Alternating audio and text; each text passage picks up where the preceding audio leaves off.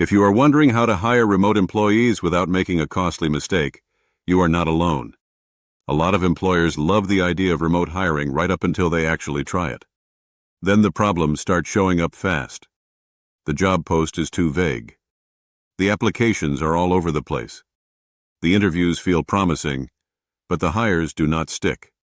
And suddenly, what sounded like a flexible modern hiring strategy starts feeling messy.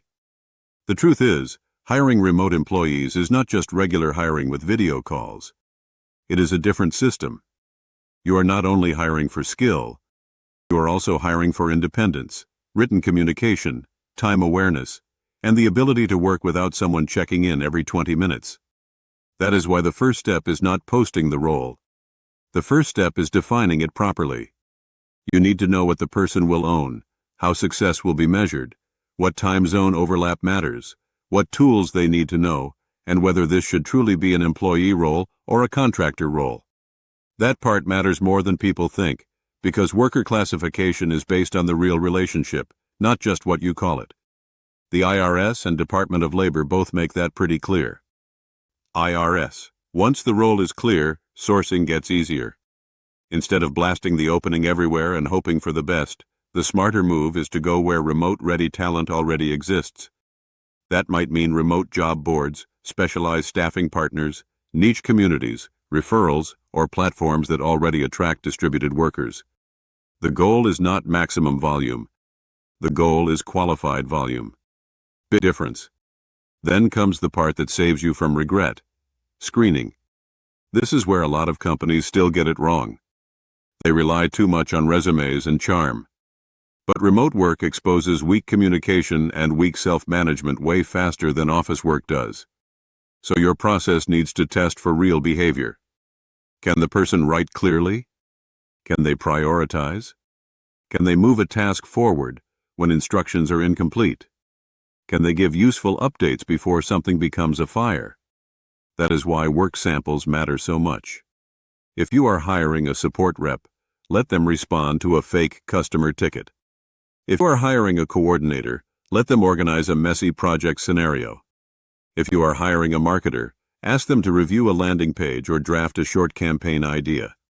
A short, realistic task tells you more than a polished interview answer ever will. You also need to think about fairness and compliance. If you use background checks, you have to do it the right way.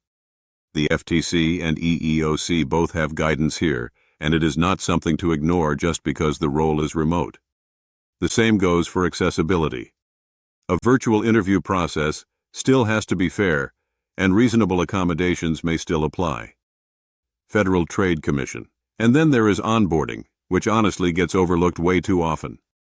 A remote hire should not spend the first week guessing how your company works. Good remote onboarding means the tools are ready, the access is ready, the expectations are written down, and the first month has a clear structure.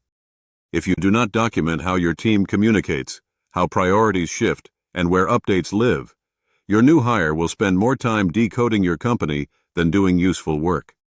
This matters because remote work is not small anymore. According to the Bureau of Labor Statistics, tens of millions of people in the U.S. teleworked or worked at home for pay in 2024. Remote hiring is no longer some weird side experiment. For many companies, it is just part of how hiring works now. And the upside can be real, because remote work can expand your talent pool and improve the odds of finding the right match when location is no longer your biggest filter.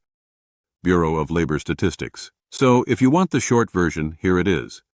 To hire remote employees well, define the role clearly, source in the right places, test for real work, run structured interviews, handle paperwork carefully, and onboard with documentation instead of assumptions. And if you do not want to build that whole machine by yourself, that is where HireBasis can make a real difference.